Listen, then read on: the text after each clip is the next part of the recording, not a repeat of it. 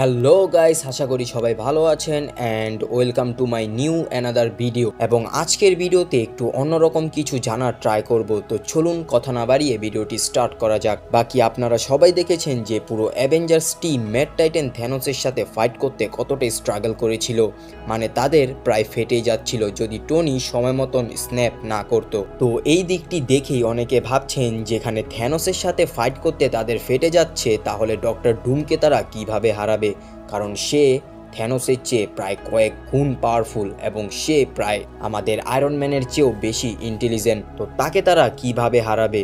তাছাড়া এখন আমাদের সেই আগের ওজি অ্যাভেঞ্জার্সরাও নেই। তো তাদের উদ্দেশ্যে বলি যে অ্যাভেঞ্জার্স সিক্রেট ওয়ার্স এবং ডুমসডে মুভিতে যারা ডক্টর ডুমের সাথে ফাইট করবে তারা মোটেও কোনো লুতুপুতু অ্যাভেঞ্জার্স হবে না, কারণ এই দুই মুভিতে আমাদের নতুন এবং পুরানো অ্যাভেঞ্জার্সদের সবচেয়ে পাওয়ারফুল ভার্সন দেখানো হবে, লাইক থর, সেন্ট্রি, হাল্ক এবং ডক্টর স্ট্রেঞ্জ বিশেষ করে এদের, এবং তারাই হবে এই দুই মুভির সবচেয়ে ইম্পর্টেন্ট ক্যারেক্টার।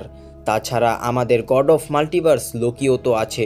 তাছাড়া থরকে হয়তো আমরা অ্যাভেঞ্জার্স ডুমসডের পর আর দেখতে পাবো না, এবং এই নিয়ে আমি আমার চ্যানেলে অলরেডি একটি ভিডিও আপলোড করেছি, আপনারা চাইলে দেখে নিতে পারেন। তাছাড়া ডুমসডে এবং সিক্রেট ওয়ার্স মুভিতে আমাদের সবচেয়ে গুরুত্বপূর্ণ রোল প্লে করবে হচ্ছে আমাদের ফ্যান্টাস্টিক ফোর টিম, কারণ তারাই একমাত্র ডক্টর ডুমের ব্যাপারে সবচেয়ে ভালোভাবে জানে।